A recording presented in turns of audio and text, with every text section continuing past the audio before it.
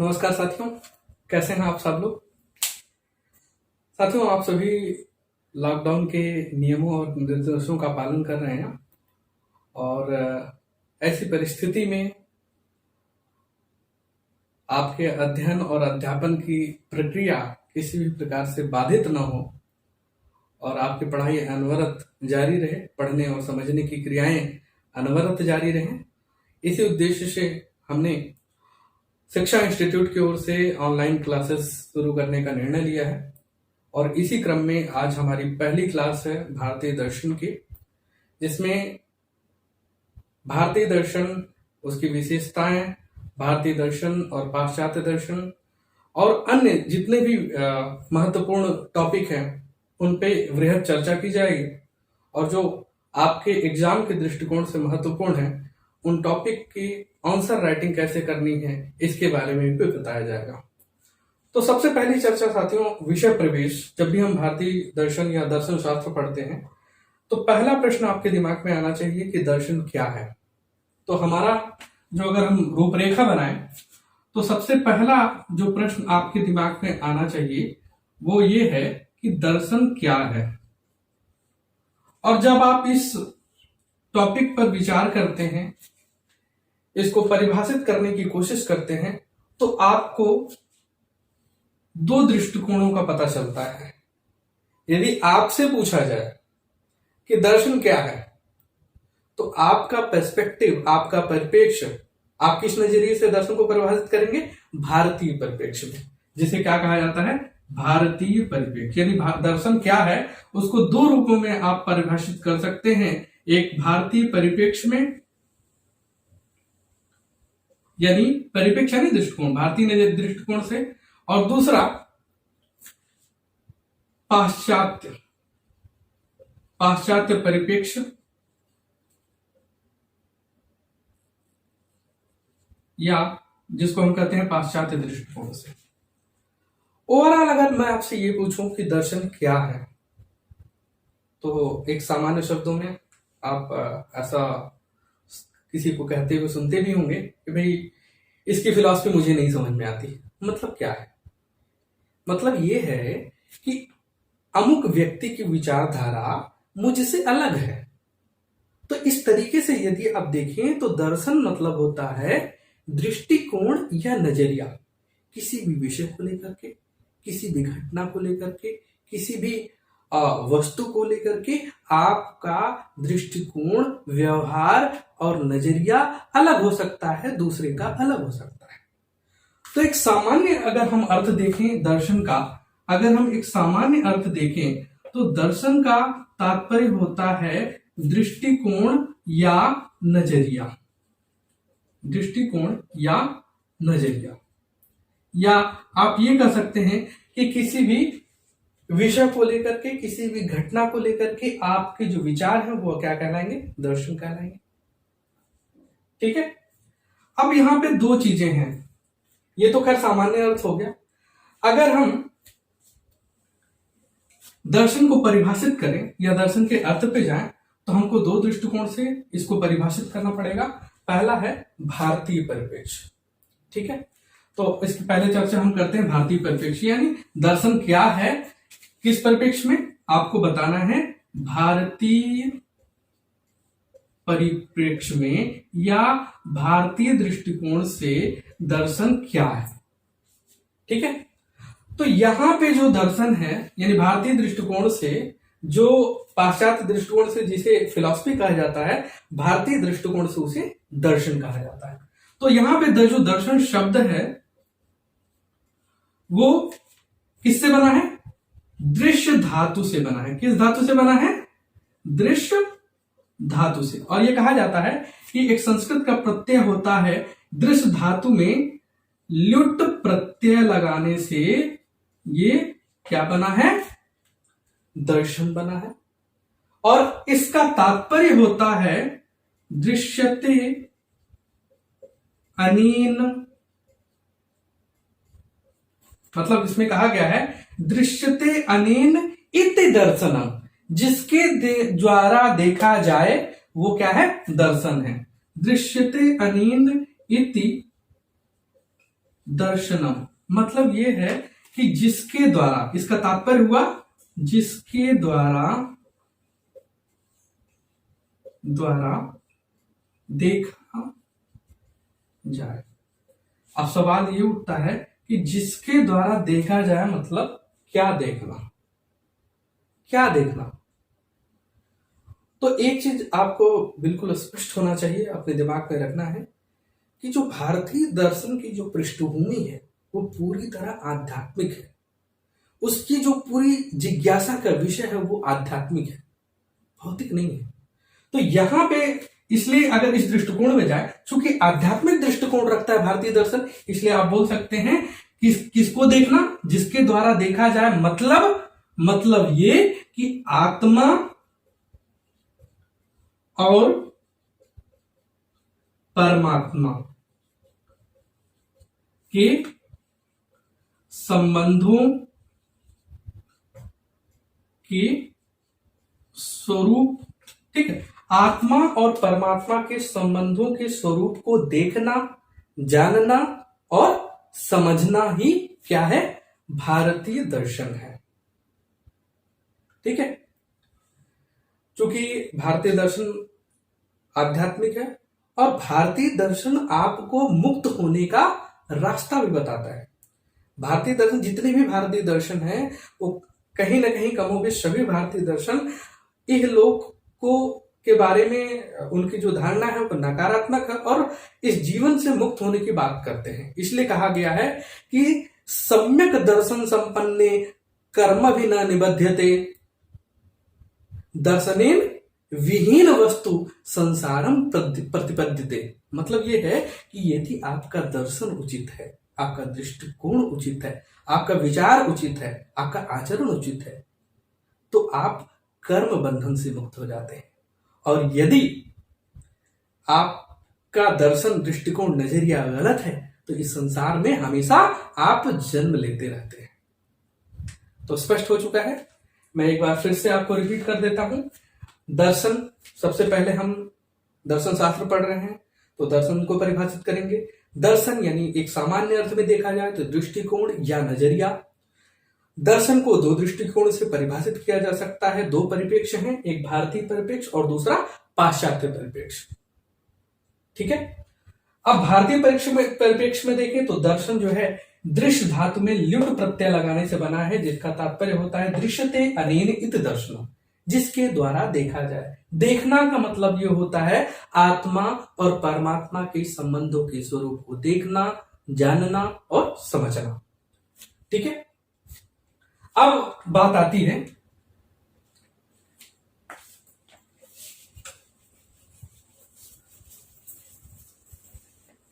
पाश्चात्य दर्शन की। अगर आपको पाश्चात्य दृष्टिकोण से परिभाषित करना, यानी आप यहां बैठे हैं भारतीय भूमि में, तो आप अपने दर्शन को अपने संस्कार, अपने विचारों से परिभाषित करेंगे। लेकिन अगर कोई पश्चिमी विचारक है या पश्चिम में बैठा हुआ व्यक्ति, वो दर्शन को किस रूप में देखता है, यहां हम देखते हैं। तो देखिए, पाश्चात्य दृष्टिकोण से हम देखें, पाश्चात्य दृष्टिकोण की हम बात करें तो ये पाश्चात्य दृष्टिकोण में इसी दर्शन को क्या कहा जाता है, फिलॉसफी। क्या कहा जाता है, फिलॉसफी। पाश्चात्य दृष्टिकोण से हम देखें तो पाश्चात्य दृष्टिकोण में यही दर्शन फिलॉसफी हो जाता है, यानी पाश्चात्य दृष्टिकोण से दर्शन को फिलॉसफी कहा जाता है। और फिलॉसफी दो शब्दों से मिलकर बनता है, फिलॉस और सोफी। यहां फिलॉस का मतलब ये होता है प्रेम या अनुराग, या आप कह सकते हैं लगाव। और सोफिया का मतलब होता है ज्ञान। यदि इन दोनों को आपस में मिला दें तो क्या हो जाएगा, ज्ञान के प्रति प्रेम। यानी एक तरह से पाश्चात्य दर्शन का जो आधार है वो क्या है, जिज्ञासा। ईश्वर के बारे में, गॉड के बारे में व्यक्ति इसलिए जानना चाहता है क्योंकि वो जिज्ञासु है, उसके अंदर क्यूरियोसिटी है। ठीक है। तो इस चीज को हमें समझना है, यानी कि इसका जो पृष्ठभूमि है आध्यात्मिक ना होकर के क्या है, वैज्ञानिक है, तार्किक है, भौतिक है, श्लोक से जुड़ा हुआ है। तो यहां पे फिलॉसफी, फिलॉस और सोफिया, अब आपसे 2 नंबर में यहां से पूछा जा सकता है कि फिलॉसफी को परिभाषित करें, तो फिलॉसफी जो है, जो 2 शब्दों से फिलॉस और सोफिया से मिलकर बना है। फिलॉस का तात्पर्य होता है प्रेम और सोफिया का होता है ज्ञान। इस प्रकार पाश्चात्य दृष्टिकोण से दर्शन का तात्पर्य है, फिलॉसफी का तात्पर्य है ज्ञान के प्रति प्रेम या अनुराग, ज्ञान के प्रति जिज्ञासा। आपकी जिज्ञासा के कारण, ज्ञान के प्रति आपकी ललक के कारण जो आपको निष्कर्ष प्राप्त होता है, जो आपको विचार प्राप्त होता है, वही क्या है, पाश्चात्य दर्शन का आधार है। अब आप देखिए, आपने देखा दोनों की पृष्ठभूमि को, आपने देखा भारतीय दर्शन और पाश्चात्य दर्शन। अब यहां आपसे 4 नंबर में या हो सकता है 8 नंबर में आपसे पूछा जा सकता है कि भारतीय दर्शन और पाश्चात्य दर्शन में अंतर स्थापित कीजिए, ऐसा प्रश्न बन सकता है। तो आप थोड़ा सा सोचिए इसमें कि क्या क्या अंतर हो सकता है। परिभाषा से तो एकदम स्पष्ट हो चुका है कि दोनों दर्शन के उद्भव की पृष्ठभूमियां अलग अलग रही हैं। आप कुछ भी उदाहरण लेकर के देख सकते हैं। आप जैसे भारतीय दर्शन में आप अगर बौद्ध दर्शन की बात करें, तो बौद्ध दर्शन, जो बौद्ध विचारधारा है, बुद्ध को जो ज्ञान प्राप्त हुआ, वो कहीं ना कहीं आध्यात्मिक असंतोष से प्राप्त हुआ, स्पिरिचुअल डिससेटिस्फैक्शन।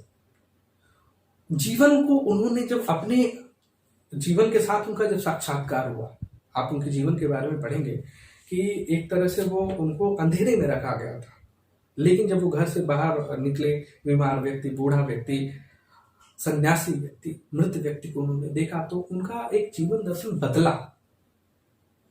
पहले जो उनका जीवन के प्रति नजरिया था वो बिल्कुल क्या हुआ, वो बदला।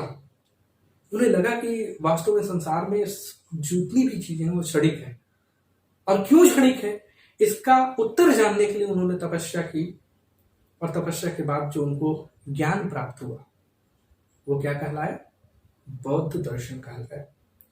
तो कहीं ना कहीं उन्होंने कष्टों को ही देखा था अपने जीवन में, उन्होंने बीमार व्यक्ति को देखा था, उन्होंने बूढ़ा व्यक्ति को देखा था, उन्होंने मृत व्यक्ति को देखा था, और उसके बाद उन्होंने इस संसार को, रहस्य को जानने की कोशिश की, और उसके बाद जो उनको विचार मिला, उनको जो ज्ञान प्राप्त हुआ, वो बौद्ध दर्शन कहलाया। तो इससे ये बात तो स्पष्ट है, कोई भी उदाहरण अगर आप लें, तो भारतीय दर्शन के जो उद्भव की पृष्ठभूमि क्या है, वो आध्यात्मिक है। अब यहीं से अंतर आप बता सकते हैं। अगर आपसे ये पूछा जाए कि भारतीय दर्शन अब पाश्चात्य दर्शन में क्या अंतर है, क्लियर? तो एक चीज तो स्पष्ट है कि भारतीय दर्शन जो है, इसको आप व्यवहारिक बोल सकते हैं। क्या बोल सकते हैं? व्यवहारिक। अब भाई व्यवहारिक क्यों? आपके दिमाग में ये प्रश्न आ रहा होगा कि भारतीय दर्शन व्यवहारिक है, और वहीं इसका उल्टा अगर देखें तो पश्चिमी दर्शन सैद्धांतिक है। अब व्यवहारिक और सैद्धांतिक कैसे? जैसे व्यवहारिक इसलिए है, भारतीय दर्शन ये मानता है कि आपके जीवन में दुख है, आप पीड़ित हैं, आप समस्या से ग्रसित हैं, और उस समस्या के निस्तारण का उपाय क्या हो सकता है, भारतीय दर्शन ये जानने की कोशिश करता है। अपने दर्शन से, अपने विचारों से आप अपने जीवन को कैसे उन्नत बना सकते हैं, इसकी चर्चा भारतीय दर्शन में होती है।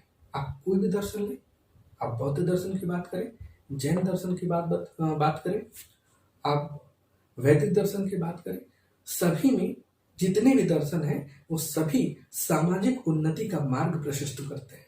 इसलिए क्या है? व्यवहारिक है। यानी यहां पे व्यक्ति जो है ईश्वर के बारे में, आत्मा के बारे में जानने के लिए इसलिए प्रेरित होता है क्योंकि वो मानव जीवन के कष्टों को दूर करना चाहता है।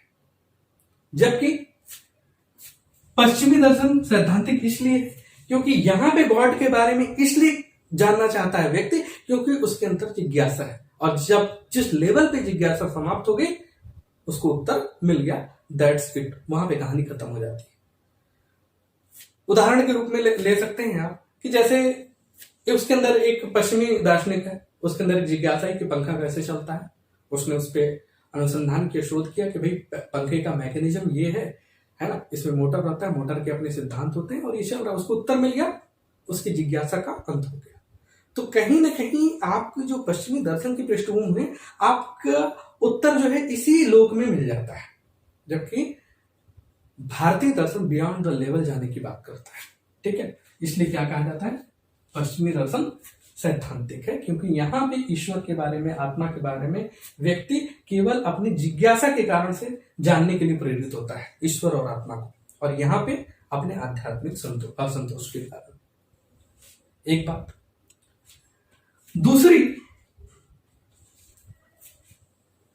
भारतीय दर्शन, मैंने पहले कहा आध्यात्मिक पृष्ठभूमि, यानी भारतीय दर्शन क्या है कि उत्पत्ति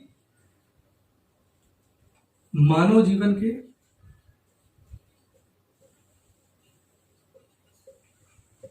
कष्ट, अब जितने भी दर्शन भारतीय दर्शन उठा के देख लीजिए, उन सबकी उत्पत्ति मानव जीवन के कष्ट और बुराइयों से हुई है। यानी व्यक्ति ने चिंतन तब शुरू किया या तब शुरू किया जब उन्होंने देखा कि व्यक्ति, समाज अंधकार की ओर जा रहा है, तब उन्होंने इस पर चिंतन किया। तो यानी भारतीय दर्शन की जो उत्पत्ति हुई है वो मानव जीवन के कष्टों और बुराइयों से हुई है, जबकि पश्चिमी दर्शन की उत्पत्ति का आधार क्या है, बौद्धिक जिज्ञासा, आपकी इंटेलेक्चुअल क्यूरियोसिटी। आप बौद्धिक जिज्ञासा के कारण से सारी चीजें, विश्व के रहस्य को, संसार के रहस्य को जानने की कोशिश करते हैं। तो दूसरा अंतर यह है कि पश्चिमी दर्शन की उत्पत्ति बौद्धिक जिज्ञासा के कारण होती है, भारतीय दर्शन की उत्पत्ति मानव जीवन के कष्टों और बुराइयों से होती है। तीसरा अंतर देखें तो भारतीय दर्शन आध्यात्मिक है, ठीक है, परलोक की बात करता है, ईश्वर की बात करता है, इसलिए आध्यात्मिक है। जबकि पश्चिमी दर्शन क्या है, वैज्ञानिक है। मतलब ये कि पश्चिमी दर्शन उन्हीं चीजों को, उन्हीं मतों को स्वीकार करेगा जिनका तर्क के आधार पर परीक्षण किया जा सके, वास्तविक परीक्षण।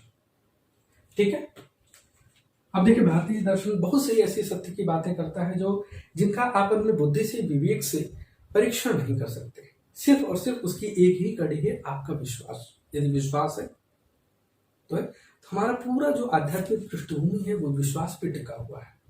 तो इस बात को समझना होगा कि भारतीय दर्शन की जो में आध्यात्मिक है और पश्चिमी दर्शन वैज्ञानिक है। अब देखिए यहीं से एक और आपका पॉइंट निकल करके आता है कि आध्यात्मिक होने के कारण जो है भारतीय दर्शन जो है क्या है, धार्मिक है, जबकि वैज्ञानिक होने के कारण पाश्चात्य दर्शन में क्या है, धर्म सम्मत आचरण की उपेक्षा की गई है। धर्म सम्मत आचरण की उपेक्षा, यहां पे आपको समझना है। क्लियर? अब यहीं से एक और अंतर, भारतीय दर्शन इस लोक के साथ साथ परलोक की बात करता है, यानी इस संसार से ऊपर जाने की बात भी करता है। ठीक है, तो भारतीय दर्शन परलोक की चर्चा करता है, जबकि पाश्चात्य दर्शन, यानी इस तरह से इसको कर सकते हैं, भारतीय दर्शन पारलौकिक है और पाश्चात्य दर्शन इहलौकिक है, यानी इस देश और दुनिया की बात करता है, इहलोक की बात करता है।